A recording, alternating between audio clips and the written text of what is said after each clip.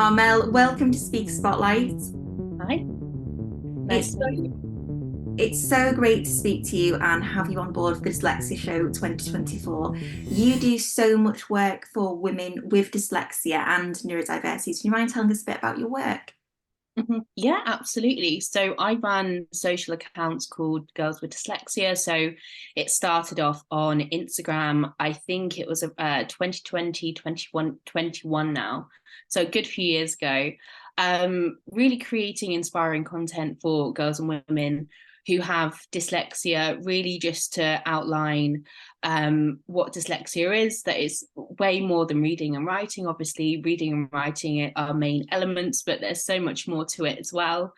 And really to give it a platform within the neurodivergent community as well, because it's something that is talked about quite frequently. We have loads of prominent charities around it, but in terms of girls and women who have dyslexia, it can be very, very difficult to navigate. So that's why I set it up. So at the moment, it is purely for educational and entertainment purposes. I started a TikTok a few years ago. So I do a lot of funny trends on there, spreading awareness, building a community.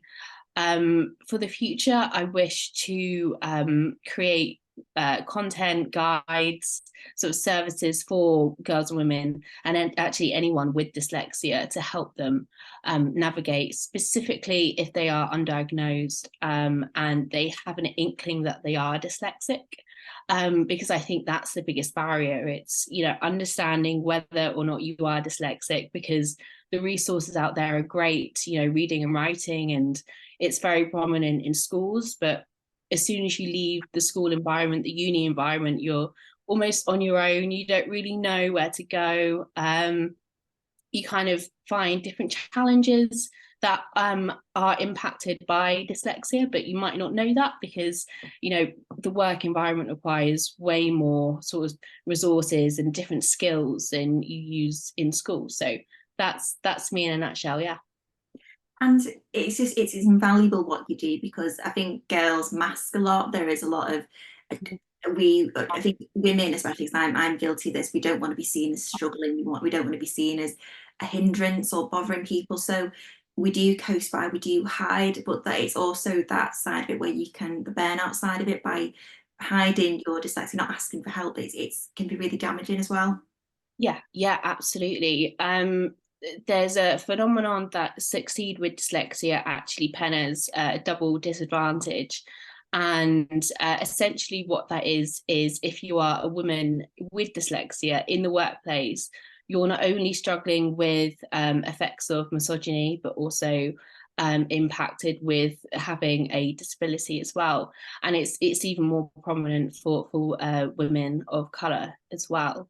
So it's really navigating those multi disadvantages in the workplace and kind of battling, and one makes the other worse almost. If you think about the effects of misogyny and how women are viewed in the workplace, add on the fact that you've got a disability as well, it can be quite challenging, especially if that disability isn't fully understood as well. There are certain traits of dyslexia that people don't understand come from dyslexia. So then it's almost that burden is on you, and a lot of women as girls grow up thinking that they are different, and that's bad, and because they don't attribute it to dyslexia.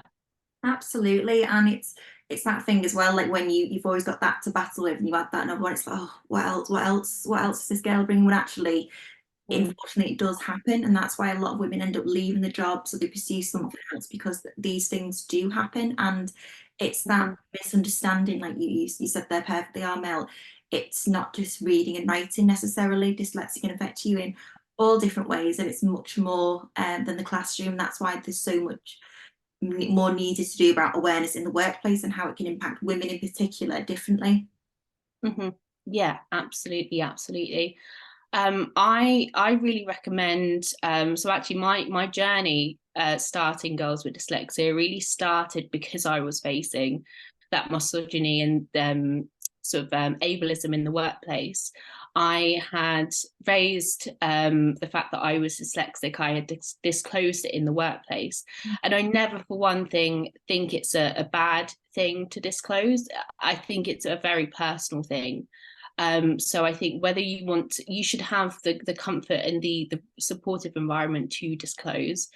I disclosed my dyslexia and it was not taken in the right way at all. It was immediate flip of the switch as to how people interpreted me. It was almost like I had this disease and no one wanted to touch me. I'm sorry to hear that, and unfortunately, that's not the first story so many people who are neurodiverse have heard, and it goes back to that stigma, and also it adds the stigma, doesn't it? Because it just because you can't see, you don't look disabled, we can't see it, so what's the problem, sort of thing. And it's that's why it shows we've got so much more to go with neurodiversity and understanding dyslexia in society. Absolutely. Yeah, absolutely. So I think you should really, feel empowered to be your authentic self in the workplace and not have a disability create that stigma, because it was fascinating for me to see that flick of the switch, because nothing fundamentally had changed. I was a high performing individual. Yes, there were some areas that I could improve on because of my dyslexia, but that was something for me to manage, and I was accepting of that one. So it really showed to me the gravitas of dyslexia and how people understood dyslexia, and it was actually quite negative.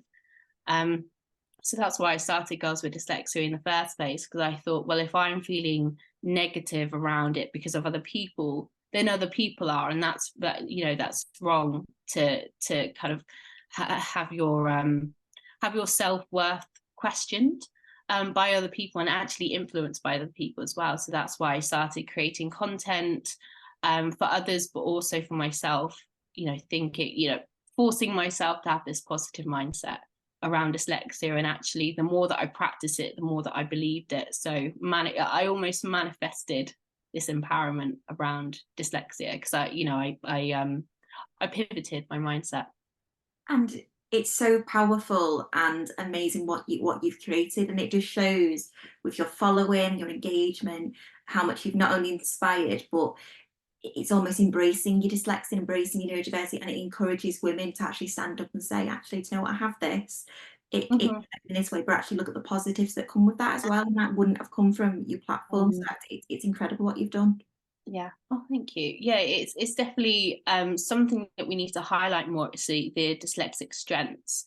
It's quite a nuanced area, actually, because whilst and it's interesting, kind of pivots into the notion of the phrase dyslexia is my superpower. And I think it's great for young children to kind of have this phrase going forward into primary school and saying, dyslexia is my superpower. When we get into the corporate world, I think, depending on who says it, I think it can be a little bit patronizing in some circumstances, because what I find is in the workplace, people have said, dyslexia is your superpower.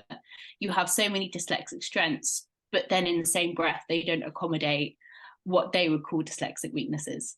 So it's a very interesting topic. I'm nodding, because so many speakers who I've interviewed have all said the exact same thing. It's great for children, it's great for, eventually it's not a bad word to say, but it's almost like the be kind where, in offices and environments where actually it's okay making that statement, but it's actually practicing what you preach as well. Saying the word it's a superpower, but if you're not acting on, if you're not making accommodations, if you're not saying acting on being a neurodiverse friendly environment, it is that you've summed it up really well there. Yeah, absolutely. It's just making sure that companies have awareness and they build that awareness into their infrastructure as well. So it's looking at even small things like job vacancies, for example. If you have it on LinkedIn or Reed or Indeed or any recruitment site, make sure that it's neurodiverse friendly. It's very clear to the point. It's very clear. It's very close to the point. It's making sure that every every facet that someone might want to know is in that job description.